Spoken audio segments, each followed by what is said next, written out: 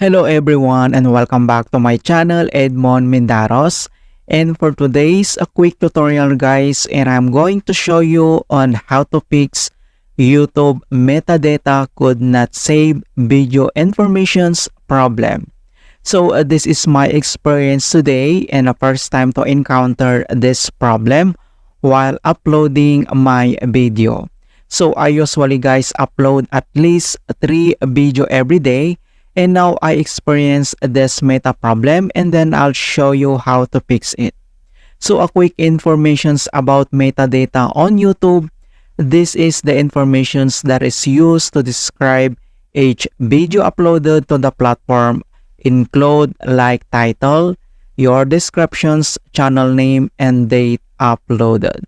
Alright, so all you have to do is to open up on your YouTube channel. So open mo lang yung ating YouTube channel, and dito lang sa upper right side, i-click mo lang dito yung YouTube profile natin.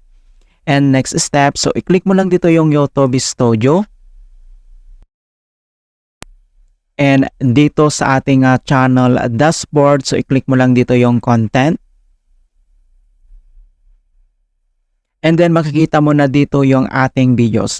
So ito yung naging problem natin ngayon, itong nag-upload ako kanina ng video, and then dinilit ko kasi hindi naman ma-edit. So ito yan yung lumalabas na metadata could not save information. So ang nakalagay kasi dito is yung may sign or yung character niya. So ganito yung nakalagay. So ganito yung nilalagay ko always or lagi dito sa aking video title. Ayan. Ganito yung nakalagay na characters and symbols, and then yung words. And then kapag clinic ko yung uploaded, yun yung lumalabas. So ang gagawin natin dito, ang ginawa ko kanina is to remove the invalid characters. Okay? So ni-remove ko yan. Totally yan. And then ni-re-upload ko ulit. And then okay na po siya mga kaibigan.